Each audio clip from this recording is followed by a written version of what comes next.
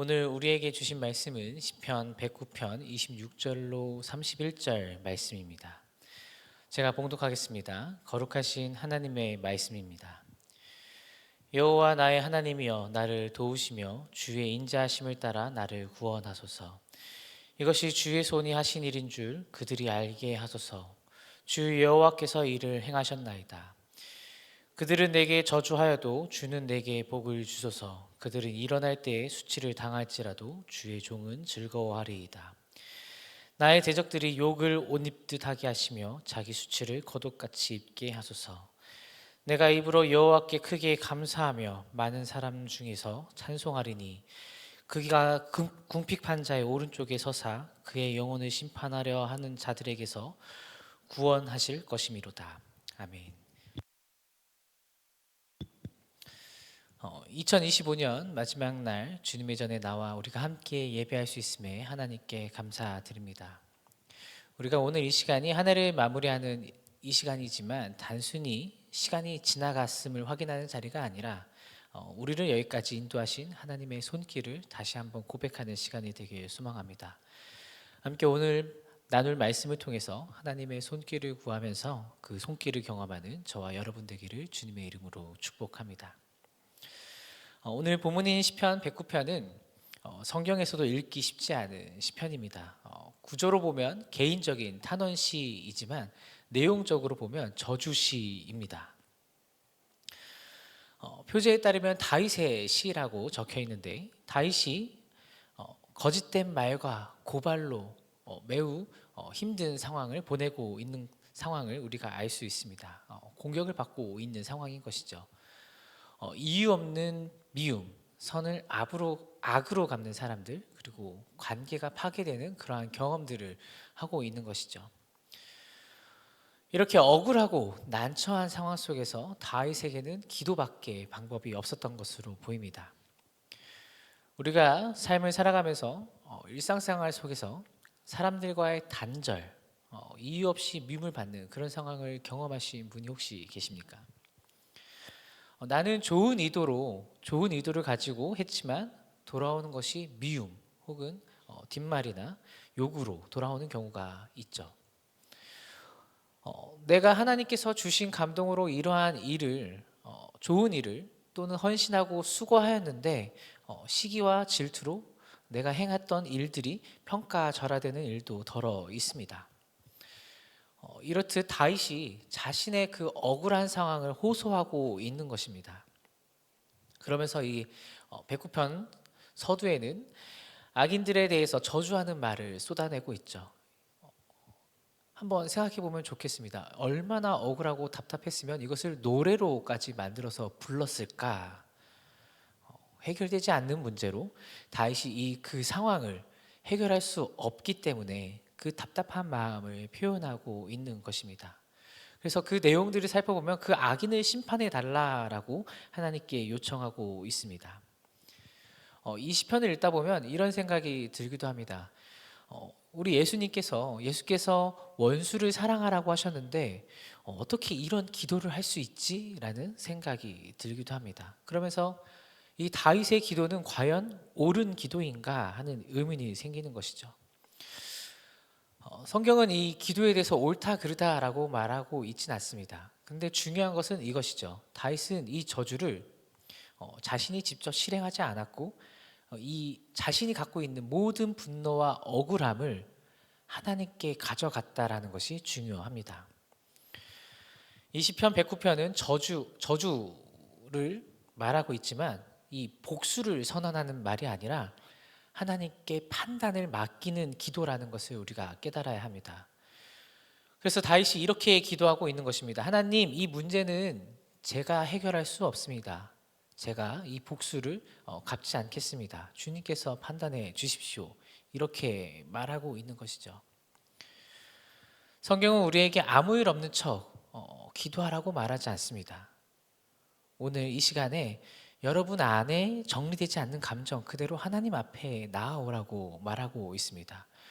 그래서 다윗이 이렇게 기도하고 있는 거죠. 우리가 읽은 본문에서 그의 기도의 중심을 분명히 볼 수 있는데 26절에서 이렇게 기도합니다. 여호와여 나의 하나님이여 나를 도우시며 주의 인자하심을 따라 나를 구원하소서. 이 기도에 더 이상 설명이 필요하지 않습니다.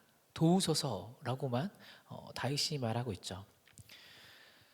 다윗 자신이 내가 옳습니다라고 주장하지도 않고 대적이 얼마나 악한지 하지도 않고 있습니다. 그저 하나님의 그 인자하심에 기대고 있는 것이죠. 말씀이 끝나고 우리가 함께 다 같이 기도할 텐데 우리가 기도할 때 중요한 것을 잊어버리면 안 됩니다. 설명하는 것을 줄어들고 하나님의 신뢰하는 말을 하는 그것이 중요합니다. 주님 도와주십시오라고 이 한마디로도 충분하다라는 것이죠. 이것은 믿음이 약해서 내 기도가 연약해서 내가 어떤 말을 해야 될지 몰라서가 아니라 하나님을 깊이 신뢰하는 그 깊은 곳에서 나오는 기도임을 우리가 깨달았으면 좋겠습니다. 하나님이 어떤 분이실까요? 우리의 상황과 우리의 마음과 우리의 모든 것을 알고 계신 분이잖아요. 그래서 우리는 알게 모르게 하나님께 설명하려고 합니다. 기도하면서 하나님께서 내 상황을 아시는가 모르시는가에 집중하면서 하나님께 내 상황을 설명하게 되는 것이죠. 그런데 중요한 것은 우리가 그 하나님 앞에 나아가고 있는지 그것을 점검해 봐야 됩니다. 다윗의 기도를 자세히 보면 하나님께 정보를 우리의 상황을 자신의 상황을 전달하는 기도가 아닙니다. 이미 알고 계신 하나님께 자신을 맡기고 있는 기도라는 것이죠. 그래서 다윗은 상황을 길게 설명하지 않습니다. 자신의 억울함을 조목조목 증명하지도 않습니다. 그저 이렇게 기도하죠. 여호와 나의 하나님이여 나를 도우소서. 하나님은 우리가 기도할 때 잘 정리된 말로 나올 때만 응답하시는 분이 아니심을 깨달았으면 좋겠습니다. 여러분 속에 마음이 엉켜 있고 감정이 정리되지 않았을 때에도 그 있는 그대로 나오기를 원하시는 분이 바로 우리 하나님이십니다.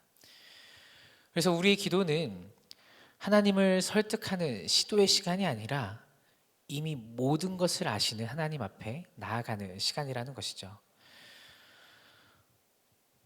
27절에서는 다윗이 또 이렇게 기도하고 있습니다. 이것이 주의 손이 하신 일인 줄 그들이 알게 하소서.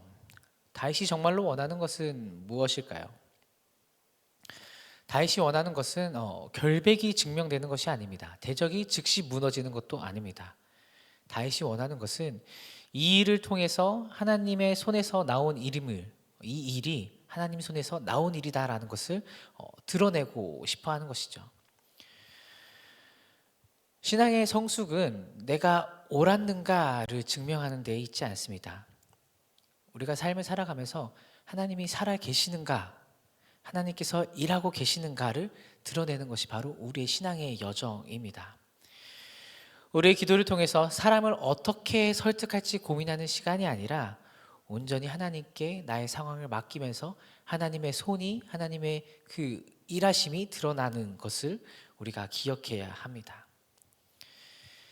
28절에서 29절에서는 이렇게 고백합니다. 그들은 내게 저주하여도 주는 내게 복을 주소서. 이렇게 고백합니다. 참 특이하죠. 다윗은 저주를 없애달라고 먼저 기도하지 않습니다. 저주보다 더 크신 하나님의 복을 요청하고 있습니다. 사랑하는 우리 말씀상 공동체 성도 여러분, 여러분이 갖고 있는 문제보다 그 어려움보다 더 크신 하나님을 신뢰하시길 바랍니다. 여러분을 괴롭히는 사람들의 말보다 더 크신 하나님의 그 복을 기대하시길 바랍니다. 우리의 인생은 사람들의 말에 의해서 좌지우지 되는 것이 아닙니다. 하나님께서 주시는 그 복에 의해서 결정되는 것이 바로 우리의 인생입니다. 사람의 저주는 잠시 우리를 흔들 수 있습니다. 그러나 우리의 삶을 이렇다라고 규정하지 못합니다. 그런데 하나님의 복은 그 상황을 넘어서 우리를 이끄시는, 우리의 길을 이끄시는 하나님의 능력임을 우리가 깨달아야 합니다. 그러면서 29절에서는 대적들의 수치를 하나님께 맡기고 다윗은 자신의 손으로 갚지 않겠다라고 말합니다. 결과를 하나님께 맡기는 것이죠. 복수의 방식이 아니라 하나님께 맡기는 그러한 방식입니다. 그러면서 시편 109편이 이렇게 끝납니다. 그가 궁핍한 자의 오른쪽에 서사 그의 영혼을 심판하려 하는 자들에게서 구원하실 것이미로다. 사랑하는 우리 말씀상 공동체 성도 여러분, 하나님은 멀리서 여러분을 지켜보고 계신 분이 아닙니다. 궁핍한 자의 오른쪽, 가장 가까운 자리에서 함께 계시는 분임을 우리가 깨달아야 합니다. 그런데 내가 하나님과의 관계가 멀게만 느껴진다면, 하나님과의 거리가 멀게만 느껴진다면 우리가 하나님과의 관계를 한번 다시 짚어보면 좋겠습니다. 때로는 관계가 흐려졌기 때문일 수도 있고, 때로는 하나님께서 우리를 더 깊은 신뢰의 자리로 나아오라고, 더 깊은 자리로 나아오라고 말씀하시는 시간일 수도 있습니다. 사랑하는 우리 말씀상 공동체 모든 성도 여러분이 오늘 이 시간이 이 자리에 하나님 앞에 자신의 연약함을 갖고 어려움을 안고 나오셨다면 그 자체가 이미 하나님께 나오는 믿음의 선택을 한 시간입니다. 그렇기 때문에 하나님은 우리의 어려움을, 우리의 연약함을 외면하지 않으시고 지금 이 시간 우리와 함께 계심을 깨달아야 합니다. 이 사실을 분명하게 마음에 붙들 수 있기를 주님의 이름으로 축원합니다.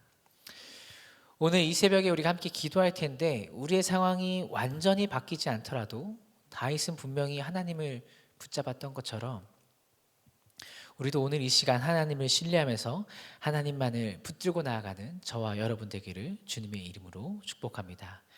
기도하겠습니다. 사랑이신 하나님 아버지 감사합니다. 이 새벽에 우리의 형편과 마음을 아시는 주님께 나아갑니다. 주님을 붙잡습니다. 우리가 이 시간에 여호와여 나를 도우소서라고 고백할 때에 주님 우리의 모든 어려움을 아시오니 이 새벽에 이 기도하는 가운데 주님의 손이 일하심이 드러나게 하옵소서. 세상을 살아가면서 사람의 말이 아니라 주님의 복을 붙들게 하시고 지금 내 옆에 내 곁에 계신 주님을 확신하게 하옵소서. 우리에게 하나님만을 신뢰하는 믿음을 허락하여 주옵소서. 이 시간 우리가 고백하는 우리의 연약함을 외면하지 마시고 새해에도 주님의 인자하심으로 우리를 붙잡아 주옵소서. 감사드리며 이 모든 말씀 예수 그리스도의 이름으로 기도드립니다. 아멘. 함께 공동기도 제목을 읽겠습니다. 지금 들은 말씀이 내 삶으로 이어지게 하옵소서. 동네 세매주 성경 말씀 묵상과 순장들을 통해 각 동네마다 믿음의 기초가 굳건히 세워지게 하옵소서. 우리 교회가 2026년에도 복음의 길을 잃지 않게 하시고 지역과 다음 세대를 향한 사명에 새 힘을 주옵소서. 이 나라를 하나님의 공의와 정의로 다스려 주시고 대통령과 모든 지도자들이 하나님을 두려워하며 국정을 겸손과 정직으로 운영하게 하옵소서. 캄보디아의 티움 꾼띠어 양과 몽골 어린이 미가의 치료가 순탄하게 잘 이루어지게 하옵소서. 육체의 질병과 마음의 질병으로 고통받는 지체들에게 회복과 위로를 부어 주옵소서. 함께 읽으신 공동기도 제목과 가지고 나오신 개인의 기도 제목들을 같이 기도하시다가 우리 삶의 자리로 나아가겠습니다. 함께 기도하겠습니다. 사랑이신 하나님 아버지 감사합니다. 오늘 우리가 주님 앞에 주님 말씀 앞에 서게 하시니 감사합니다. 지금 들은 말씀이 오늘 이 예배 시간에 머무르지 않게 하시고 오늘의 삶에 우리의 삶에 이어질 수 있는 시간이 되게 하여 주옵소서. 하나님 여호와여 나를 도우소서라는 이 고백이 우리의 말로 끝나지 않게 하시고 하루를 살아가는 선택과 우리 삶의 태도 속에서 실제로 믿음으로 나타나는 그러한 우리의 말씀상 공동체가 될 수 있도록 도와주옵소서. 우리가 감당할 수 없는 문제 앞에서 스스로 해결하기보다 스스로 애쓰기보다 다윗처럼 판단을 주님께 맡기는 삶을 살아갈 수 있도록 주님 도와주옵소서. 사람의 말에 흔들리지 않고 우리의 문제보다 저주보다 그 더 크신 하나님의 복을 붙들고 오늘을 살아갈 수 있는 우리 모두가 되게 하여 주옵소서.